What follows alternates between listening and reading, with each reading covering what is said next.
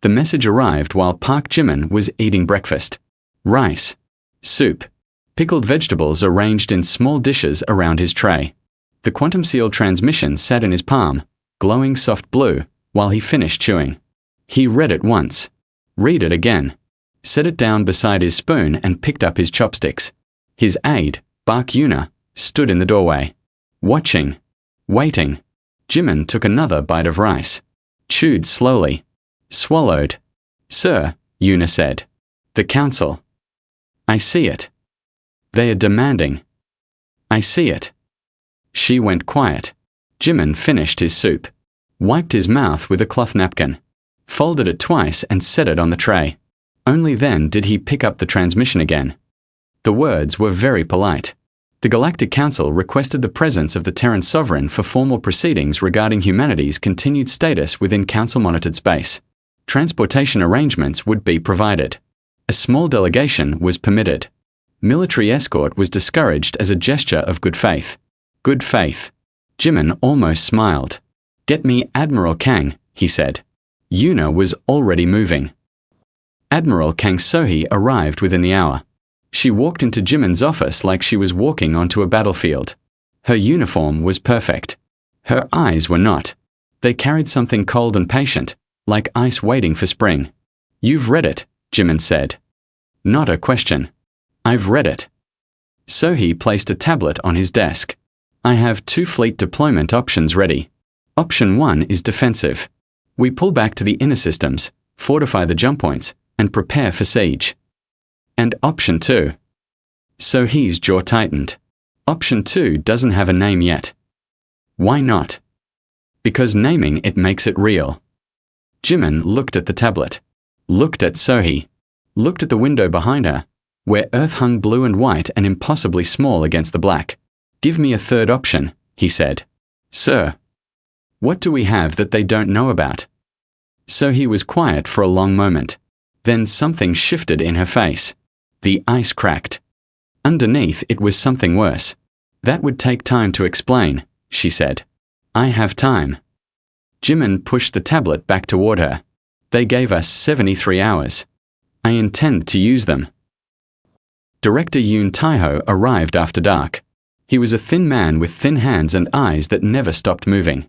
He carried no tablet, no files, no visible technology of any kind.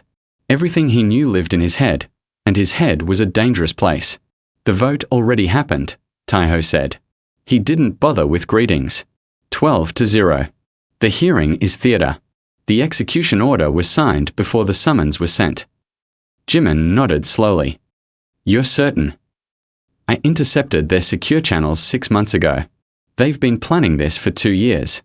We were supposed to be next after the Kalori. Remember the Kalori? Jimin remembered. A small species. Peaceful. Good at mathematics. They had refused to hand over their computing technology. Now their homeworld was a mining colony, and their people worked in factories they once owned. They expect us to beg, Taeho continued. Every species before us begged. Some offered tribute. Some offered territory. Some offered their own people as laborious. None of it mattered. The council takes what it wants and calls it justice. And what do they want from us? Taeho's thin mouth curved. It was not a smile. Everything. Our ships. Our weapons. Our technology. Our worlds. He paused. Our future. Jimin stood and walked to the window. Earth filled the frame. He could see city lights on the night side, scattered like fallen stars. They want us to disappear, he said quietly. To become a footnote. A warning to other species who might think too highly of themselves. Yes. And if we refuse, then we become an example instead of a warning. Taeho stepped closer. Sir, I need to know. What are we going to do?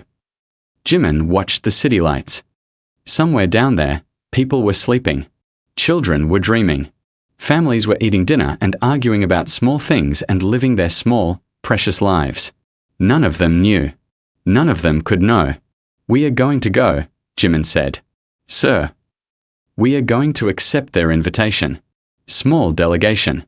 No military escort. Exactly what they asked for. Taeho's face went pale. That's suicide. Maybe. Jimin turned from the window. His eyes were calm. Too calm. Or maybe it's something else. Tell Admiral Kang to begin preparations for Option 3. Tell her she has 70 hours. The ship launched at dawn. It was a small vessel. Diplomatic class. Designed for comfort, not combat. Jimin stood at the viewport as Earth shrank behind them. Blue becoming a marble. Marble becoming a dot. Dot becoming nothing. Yuna stood beside him. She had spent the night studying. Languages. Protocols. The history of every species that had ever stood before the Council. 63 of them. Every single one was gone now. Absorbed. Scattered. Erased. Their names survived only in Council records, filed under resolved disputes. Sir, Yuna said softly, are you afraid? Jimin didn't answer immediately. He watched the stars. So many of them. So many worlds. So many species who had looked at those same stars and wondered if they were alone. They weren't alone. That was the problem.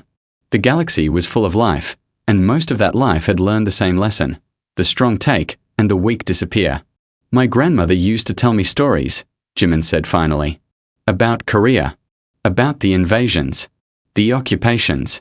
The times when everyone said we would disappear, become part of some larger empire, lose ourselves completely. He paused. We are still here. That was Earth. This is the same.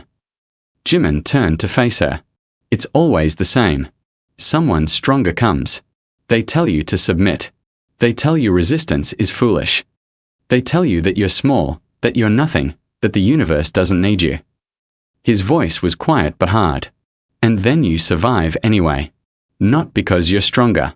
Because you're still there when they're gone. Yuna looked at him.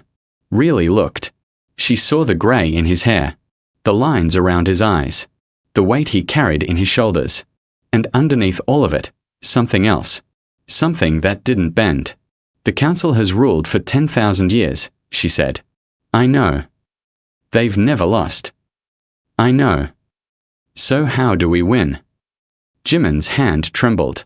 Just once. Just for a moment. He put it in his pocket before she could see. We don't win, he said. We last. The stars burned cold and distant outside the viewport. The ship carried them forward, into the dark, toward whatever waited at the end of the journey. Behind them, Earth disappeared completely. Ahead of them, the Council waited. And somewhere in between, Admiral Kang Sohee was making preparations that didn't have a name yet. The Council chamber was built to make you feel small. Jimin understood this the moment he stepped inside. The ceiling rose so high it disappeared into shadow. The walls curved inward like the ribs of some vast creature that had swallowed you whole. 12 thrones sat arranged in a crescent, each one elevated on platforms of polished black stone, so that anyone standing before them had to crane their neck upward like a child looking at adults. The accused stood in a pit. Literally. A circular depression in the floor, 3 meters below the Council's level, with no railing and no stairs. You had to be lowered in by a platform. You had to wait for them to raise you out. Jimin looked at all of this. The architecture. The lighting. The careful arrangement of power made physical. Interesting ceiling work, he said to Yuna, who stood beside him. Is that load-bearing? Yuna blinked. Sir. The support beams. I'm curious about the structural design. A Velthari guard approached. 8 legs. Compound eyes. Mandibles that clicked when it spoke. The Terran delegation will descend now. The platform sank.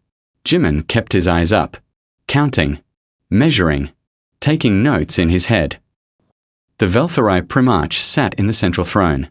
Its body was ancient, carapace cracked and yellowed with age, but its eyes were sharp. It had ruled before humans discovered fire. It would rule long after humanity was forgotten. That was the plan, anyway. Park Jimin of Earth, the Primarch began, its voice echoing through the chamber. You stand before this council to answer for the crimes of your species. The charges are as follows. The charges took 7 hours to read. 7 hours of accusations. Unauthorized expansion into territory the Council had designated as reserved. Unlicensed development of jump drive technology. failure to submit genetic samples for cataloging, refusal to limit population growth as directed, construction of military vessels beyond approved specifications. Jimin listened to all of it. He took notes on a small pad Yuna had given him. Sometimes he raised his hand. Could you spell that term? I want to make sure I have it correct. The Primarch's antennae twitched. No one had ever asked for spellings before. The accused is not permitted to interrupt proceedings. Of course. My apologies. Please continue. The reading continued. Jimin kept writing. After the charges came the evidence. The Arun collective voice presented it. The voice was not one being but many, a hive mind that spoke through a single body filled with thousands of smaller organisms swimming in bioluminescent fluid. When it spoke, the lights inside it pulsed and shifted. We present visual documentation of human military exercises. Screens lit up around the chamber. Ships, weapons, training operations. Everything humanity had done in the past 50 years, recorded and analyzed. We present analysis of human trade routes and their expansion patterns. Maps appeared, lines spreading outward from Earth like cracks in glass. Every colony, every outpost, every ship that had ever carried human cargo to human destinations. We present population projections indicating aggressive growth inconsistent with assigned territorial limits. Numbers scrolled. Graphs climbed. The math told a story of a species that refused to stay small. Jimin examined each piece of evidence carefully. After the population projections, he raised his hand again. May I observe something? The voice pulsed with irritation. The accused will remain silent. Of course. It's just that your projection model has 3 mathematical errors. The growth rate formula uses a fixed variable where it should be dynamic. Your conclusions are off by approximately 40%. Silence. Complete silence. The Primarch leaned forward. You claim our analysts made errors. Jimin shrugged. I could show you, if you're interested. He wasn't being rude. That was the unsettling thing. His voice carried no challenge, no anger. He sounded like a teacher gently correcting a student's homework. The council did not know how to respond to this. Continue with the testimony, the Primarch ordered. Other species were called to speak against humanity. A Morthek commander, all scales and muscle and teeth, described observing human soldiers during a border incident. They adapt too quickly, it growled. When we changed tactics, they changed faster. It was disturbing. A Velthari scientist presented a study on human psychology. Their creativity is a form of cognitive illness, it concluded. They cannot accept reality as it is. They constantly seek to reshape it. This makes them unstable and dangerous. An Arun observer noted that humans made decisions individually, without consulting a collective. How can a species function when every member acts on separate impulses? It is madness. Jimin wrote all of this down. He underlined certain phrases. Disturbingly adaptable. Cognitive illness. Separate impulses. Yuna watched him write. She couldn't tell if he was angry or amused or something else entirely. When the testimony concluded, the Primarch announced that the council would deliberate. Jimin and Yuna were escorted to holding quarters, a small room with no windows, plain furniture, and a single door that locked from the outside. The moment the guards left, Yuna turned to Jimin. What are you doing? What do you mean? The notes. The corrections. The questions about architecture. What are you actually doing? Jimin sat down on a simple chair. He looked tired. Not defeated. Just tired. Do you know how many species have stood in that chamber before us? 63. 63. And do you know what they all did? They defended themselves. They argued. They pleaded. They tried to prove they deserved to live. He shook his head slowly. They played the game the council expected them to play. And they lost. Every single one. So what game are you playing? Jimin reached into his pocket and pulled out his notes. Not the accusations. The other pages. He handed them to Yuna. She looked at them. Diagrams. Measurements. Angles. The structural layout of the chamber. Every exit. Every support beam. The rotation patterns of the guards. The blind spots in their positions. You've been mapping this, she said. I've been mapping everything since we entered their space. Jimin leaned back in his chair. Every station we passed. Every ship that escorted us. Every system we traveled through. Why? Because 63 species didn't. He closed his eyes. They walked into that chamber thinking about survival. I walked in thinking about architecture. Yuna stared at the diagrams. Her hands were shaking slightly. She didn't know if it was fear or something else. The verdict is already decided, she said quietly. Taiho told us. The vote happened before we even arrived. Yes. So none of this matters. The hearing. The evidence. Your corrections. That's what they believe. Jimin opened his eyes. In them, Yuna saw something she hadn't seen before. Not hope. Not fear. Patience. The kind that had survived invasions and occupations and empires that thought they would last forever. They think this is an ending, Jimin said. They're wrong. This is the part where they show us exactly who they are. And tomorrow, we show them who we are. Outside, somewhere in the vast darkness between stars, Admiral Kang Sohee was waiting. The clock was still running. The council reconvened at what they called first light, though there was no sun in the station, no dawn, no natural cycle of any kind. Just a decision made long ago that proceedings would follow a schedule, and so they did. Jimin and Yuna were escorted back to the pit. The platform descended. The 12 thrones waited above. The Primarch's ancient eyes watched without blinking. The council has reached its determination, the Primarch announced. Its voice filled the chamber like something solid, something with weight. On the matter of the species known as humanity, originating from the planet designated Sol 3, commonly called Earth. Jimin stood with his hands folded in front of him. Yuna stood slightly behind, close enough to touch him if needed. Her right hand hung loose at her side, close to her sleeve. The council finds the accused guilty of developmental overreach. A murmur rippled through the observers' galleries. Guilty of unauthorized territorial expansion. The Morthek High blade shifted in its throne. Something like satisfaction crossed its scale face. Guilty of unlicensed technological advancement. The Arun collective voice pulsed brighter, its internal light swirling. Guilty of failure to submit to cataloging protocols. 12 voices spoke the final words in unison. An ancient tradition. A ceremony of endings. The sentence is corrective integration.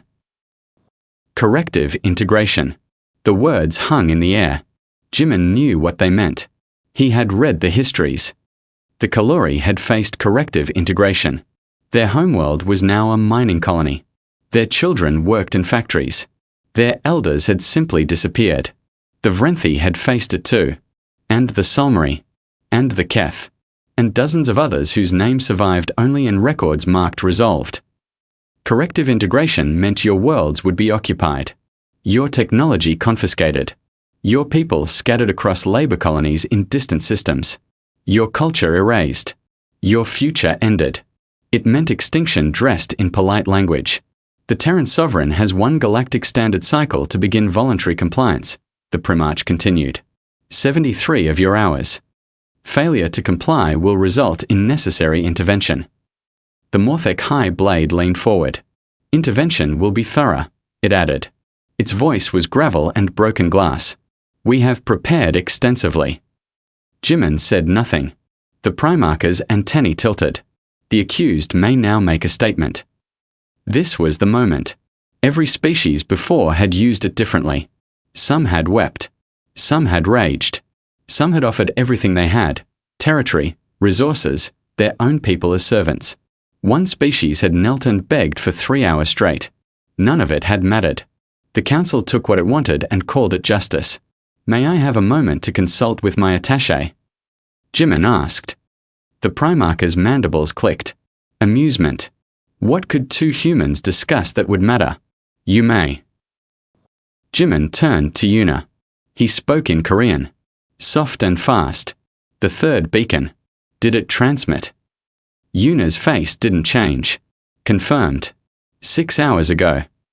Sohee's response. Position achieved. Awaiting signal. Taiho.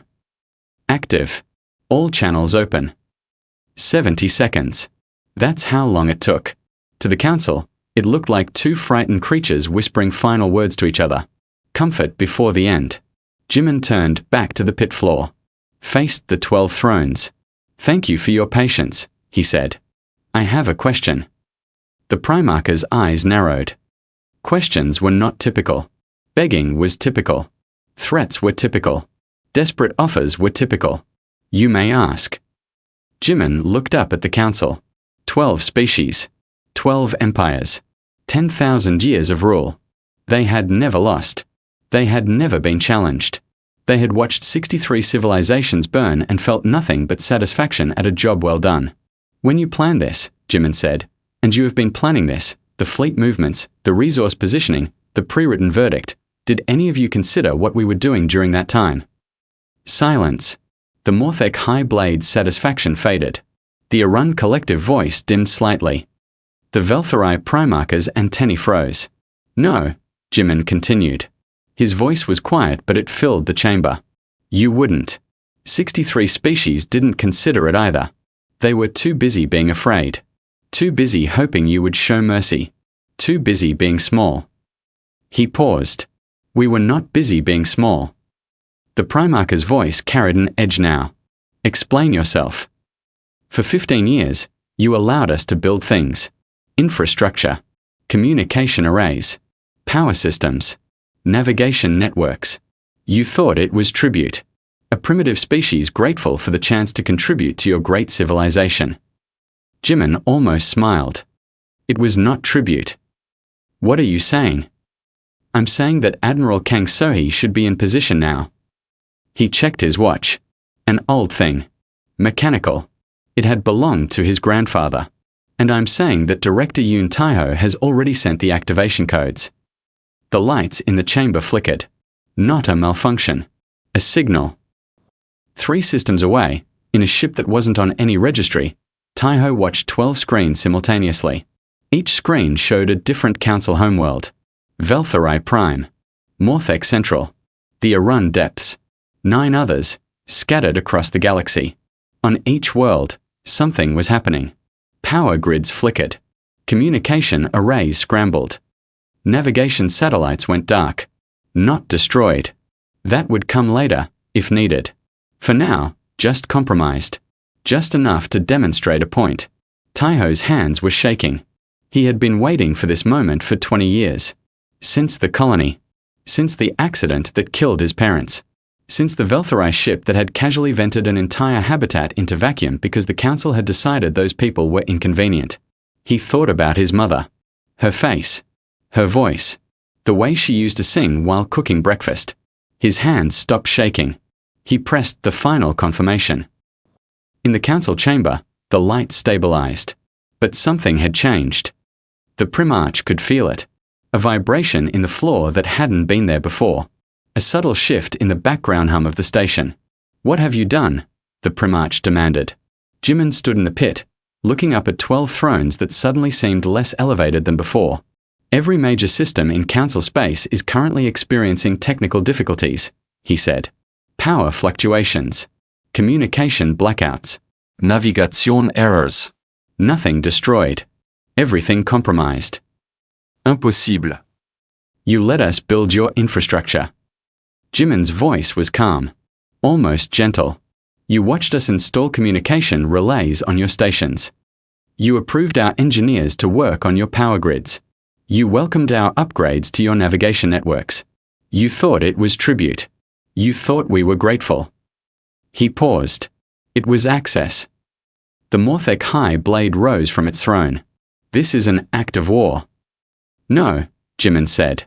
War would be destruction. This is demonstration. Admiral Sohee. A voice crackled through the chamber speakers. Calm. Professional. And underneath it, something that smiled. This is Admiral Kang Sohee of the Terran Defense Fleet. 1 minute ago, Morthek Military Station 7 went dark. Life support is intact. Weapons are offline. Engines are dead. 50,000 of your warriors are currently floating helpless in space. She paused. That was a demonstration. The next one won't be. The chamber erupted. Voices shouting. Bodies moving. The Morthek high blade drew its ceremonial weapon. Jimin didn't move. Didn't flinch. You wanted our submission, he said, his voice cutting through the chaos. You received something else. Behind him, Yuna's hand had moved to her sleeve. She was ready. But Jimin just stood there, in the pit, looking up at 12 thrones that had never known what it felt like to be afraid. Now they were learning. The chaos lasted exactly 4 minutes. Then the Primarch raised one withered limb, and silence fell. The ancient creature had ruled for longer than most species existed. It had not survived this long by panicking. You are bluffing, the Primarch said. One station means nothing. You cannot have compromised our entire infrastructure. Can't I? Jimin tilted his head slightly. Would you like another demonstration? You would not dare. I would prefer not to. I'm offering you an alternative. The Morthek high blade still held its weapon drawn. Scales rippled along its arms. Every muscle tensed for violence. We should kill him now. End this. And then what? Jimin asked. He sounded genuinely curious. My death won't restore your systems. It won't bring your station back online. It won't stop what's already in motion. He paused. It will just make you feel better for about 30 seconds. And then you'll still have a problem. The high blade's grip tightened on its weapon.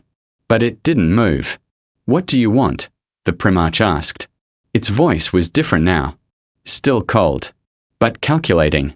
Assessing. I want to talk. The negotiation happened in a smaller chamber. No thrones. No pit. Just a round table and chairs suited to different body types. Jimin sat across from the Primarch, the high blade, and the Arun collective voice. Yuna stood behind him. You have committed an act of war, the Primarch stated. Eve demonstrated a capability, Yimin corrected. There's a difference. Nothing has been destroyed. Everyone is still alive. Your systems can be restored within hours if you choose. If we choose what? Jimin folded his hands on the table. For 15 years, we built things for you. Not because we wanted to serve. Because we were watching. Learning. Every system we installed had a backdoor. Every network we upgraded had a key. Every piece of infrastructure we touched became ours as much as yours. The voice pulsed with agitation. This is impossible. Our security protocols. Your security protocols were designed to detect attacks, sabotage, theft. They were not designed to detect patience. Jimin's voice was calm. We didn't attack anything. We just built very, very carefully. And then we waited. Why? The Primarch demanded. Why spend 15 years preparing for something you hoped would never happen? Because we read history. Jimin leaned back in his chair. 63 species stood before your council. Every single one believed you would be reasonable, fair, merciful. They trusted the system. They played by your rules. And they all disappeared. He let that sit for a moment.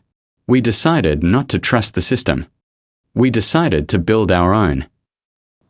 The high blade spoke next. Its voice was rough, but something had changed in its tone. Less rage. More interest. Your fleet. How large? Large enough. Your weapons. Effective enough. You are being evasive. I'm being honest. Jimin met the high blade's eyes without flinching.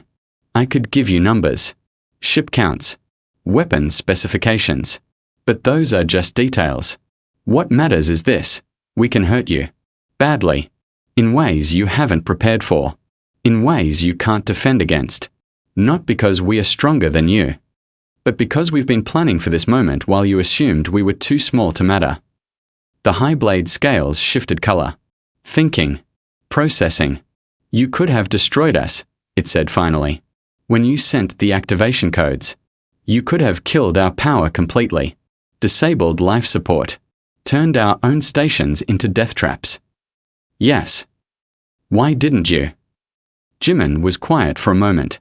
When he spoke, his voice was softer. Because then we would have been you. The Primarch's antennae twitched. It didn't understand. Jimin could see that clearly. The concept was foreign to it. Why show mercy when you had power? Why hold back when you could strike? Let me explain something, Jimin said. Humanity has a long history. Wars, empires, conquests. We've done terrible things to each other. Things that would make your corrective integration look gentle by comparison. He paused. But we've also learned something. The species that survive aren't always the strongest. They're the ones who know when to fight and when to build. When to destroy and when to offer a hand. You're offering us a hand. The Primarch's voice dripped with disbelief. I'm offering you a choice. Jimin reached into his pocket and pulled out a small data chip. He placed it on the table. This contains our terms. Not demands. Terms. A framework for negotiation. The Primarch didn't touch it. What terms? Humanity gets a seat on the council. Silence. Impossible, the voice said. The council has been 12 species for 10,000 years. There is no precedent.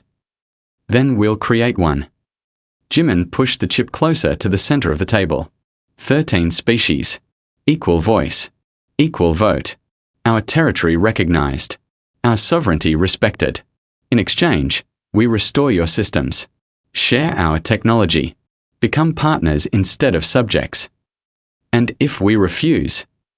Jimin stood up. Slowly. He looked at each of them in turn. The ancient Primarch. The aggressive High Blade.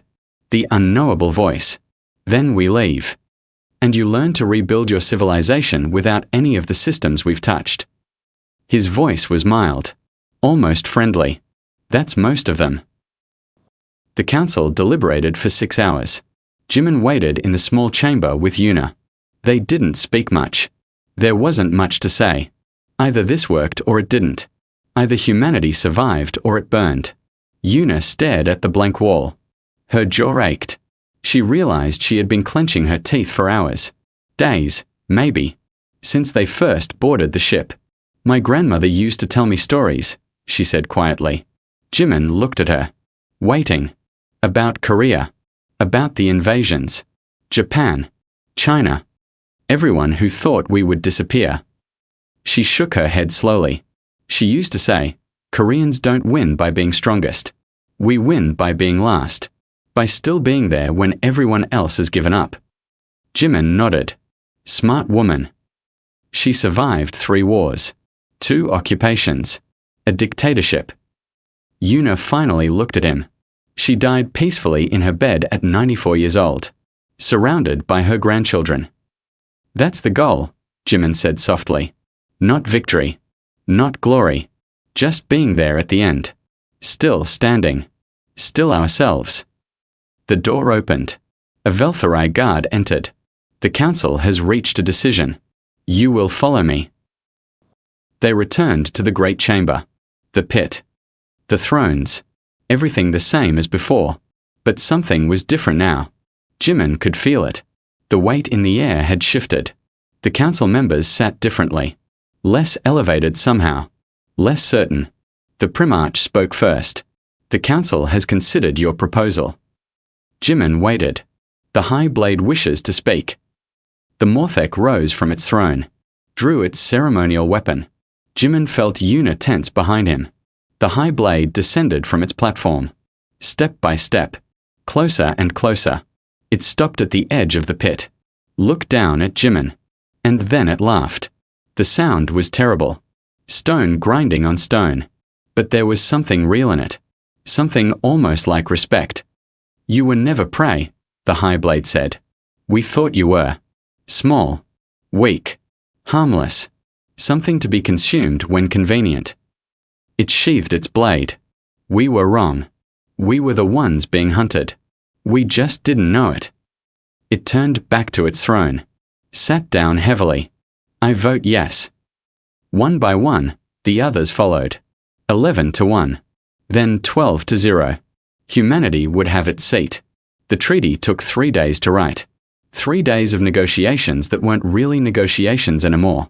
The council had voted. The decision was made. Now it was just details. Borders. Trade agreements. Technology sharing protocols. The kind of paperwork that turned history into something ordinary. Jimin signed 12 copies of the final document.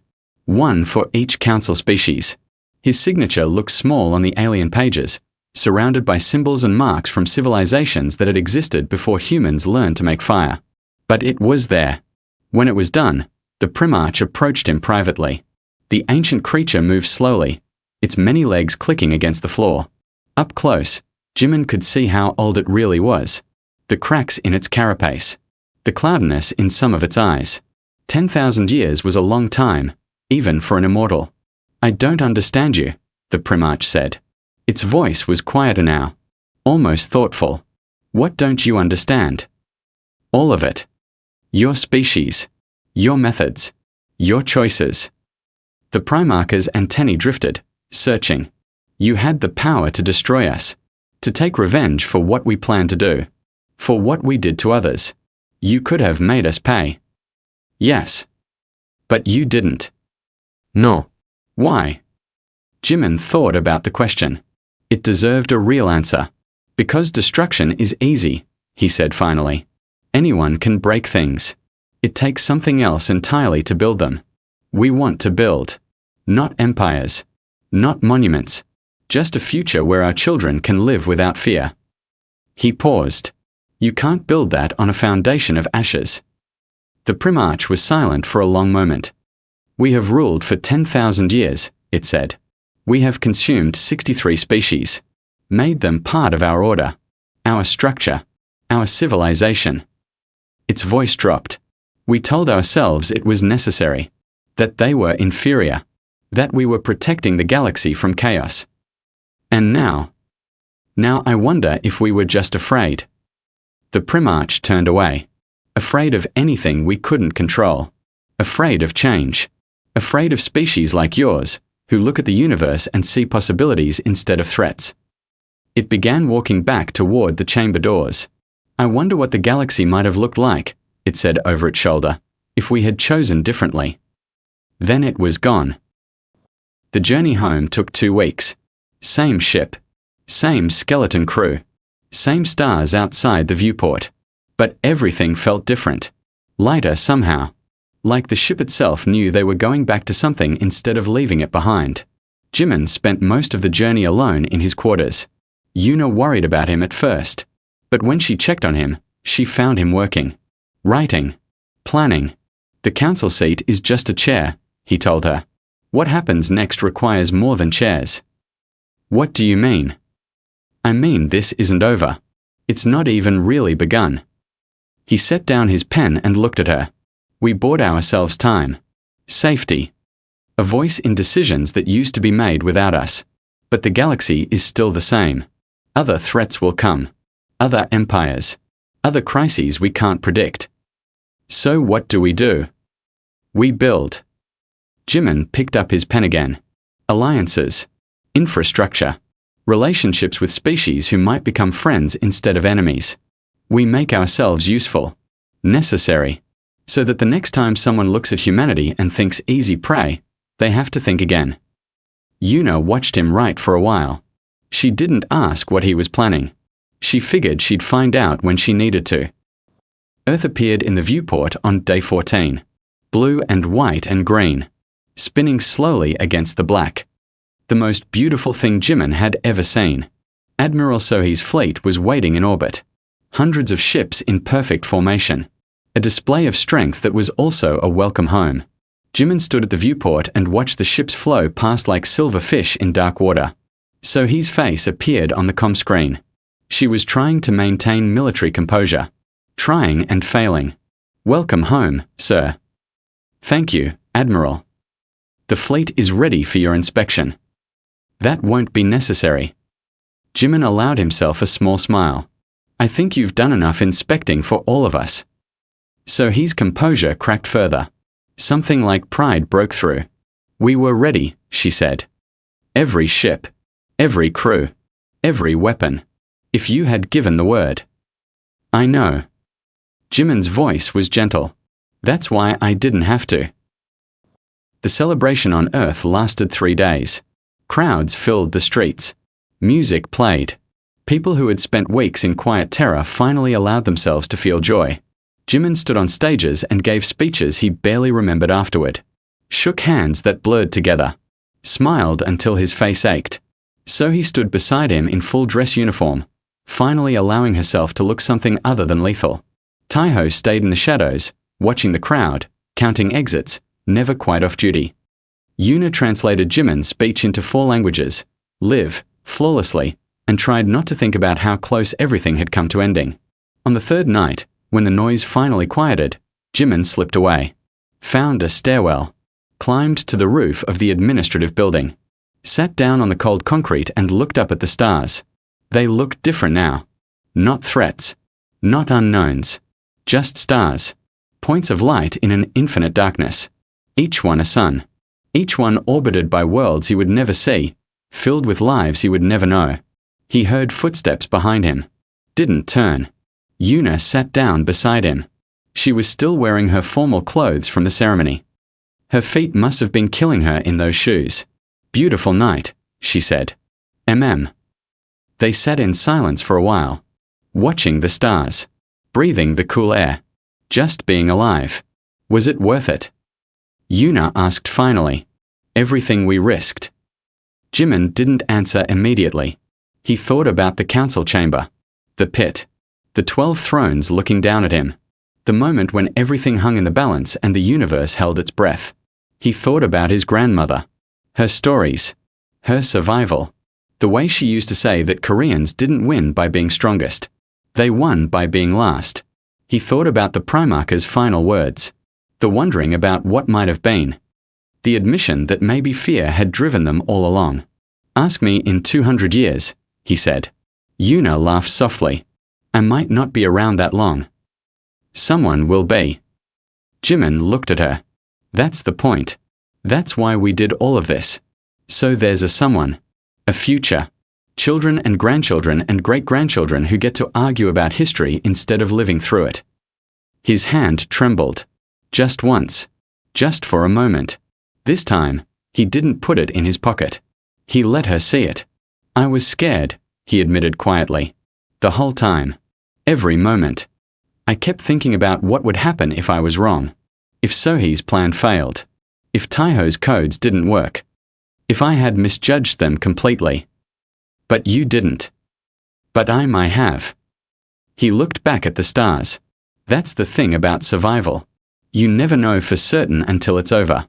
You just keep making choices and hoping they're the right ones. Yuna reached over and took his trembling hand. Held it. We are still here, she said. Yeah. Jimin squeezed her hand gently. We are still here. Above them, the stars burned cold and distant. The galaxy spun on, indifferent to the small creatures on the small planet who had just changed everything. And somewhere in the darkness, something new was beginning. A future no one had planned for. A story no one had written yet. Humanity was still here. They were just getting started.